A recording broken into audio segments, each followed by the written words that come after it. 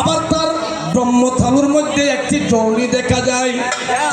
খেয়াল করিবেন, মানে আরেকখান ব্রহ্মদ্বার আছে। ব্রহ্মদ্বারী তুলতে দিন সত্য মনে গেছে লেঙ্গি মানতা দিবে নিশি আগুন জ্বলে আগুন জ্বলে কিসের কারণ? দিবে নিশি আগুন জ্বলে কিসের কারণ? এবার জানিতে বাসনা থাকে পোলা পঞ্চানো, জানিতে বাসনা থাকে পোলা পঞ্চানো। বহুদিন পরে যখন পেলাম শ্রীচরণ, বহুদিন পরে যখন পেলাম শ্রীচরণ,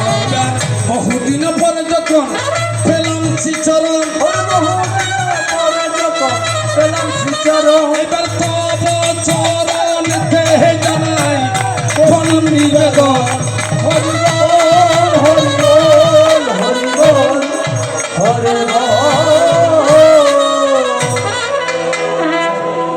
আমরা আনন্দ দেব, গানও করব, কত বলতে হবে শাস্ত্র আমাদের বলতে হবে।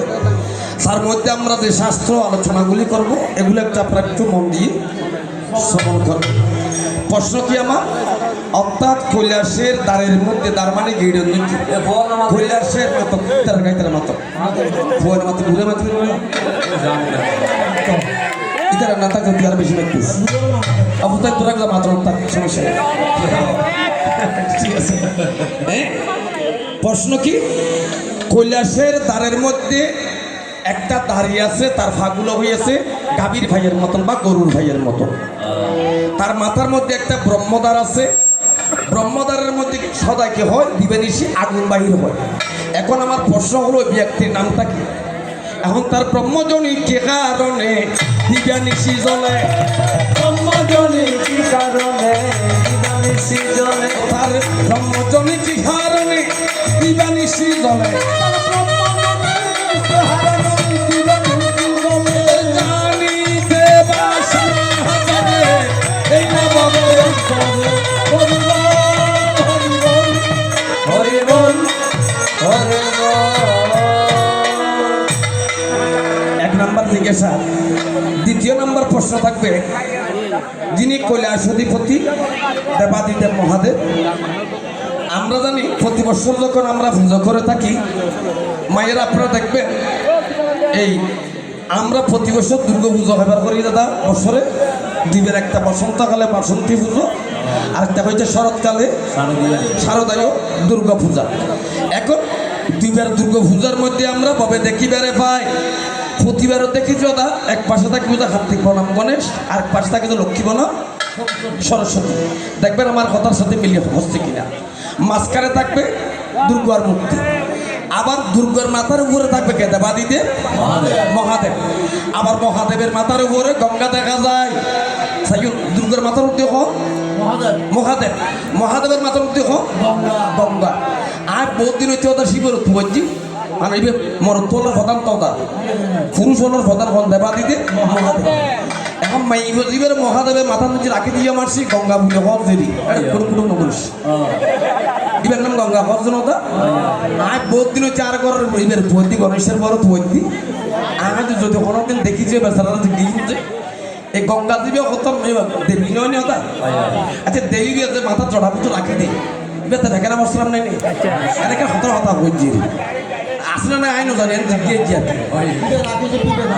তোর বাচ্চা ও ধরুন আর আমার সাথে যখন কারণে বাথরুম ধরুন আর নিজের বাথরুম তো বাথরুম ঢুকুছি না আমি এখন গঙ্গার তো কোনো বাথরুম বাথরুম ঘরে কিনে দিয়ে নগরলি তো সারা গিয়ে যদি ওখান থেকে ঘরে গড়লি ঘরে তোমার মাথার করে না না যদি তোমার মাথার ঘর তাহলে তোমার গা বাইরে ফেলবি ঘর দূর কর সার্বিক বেড়ানো যাবি।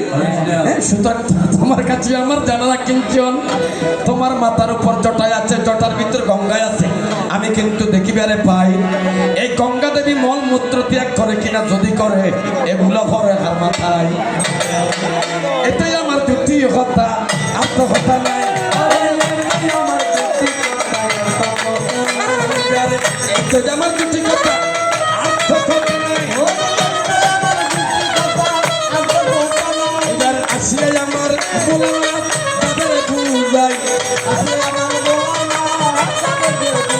যার নামটি আমার জগৎ জননী। ও নাতি আমার জগৎ জননী, শোনো শোনো আমার অসুল ভানি, নামটি আমার জগৎ জননী।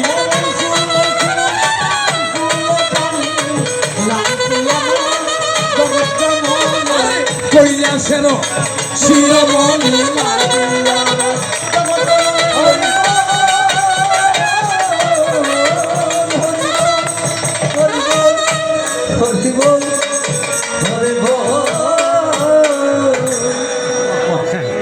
একবারে শুনো রাজ্য আমার তো মন করার তখন না অন্য বেগুন আর গাবারে মারা দিয়ে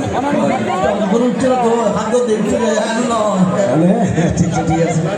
তো যাবার বেলায় আর কোনো কথা নাই, সকলের যুগল চরণে ভক্তিপূর্ণ প্রণতি জানিয়ে হ্যাঁ আমার দেবাদিদেব মহাদেবের প্রতি একটু প্রীতি রাখি এবার আমি বিদায় নিয়ে যাই।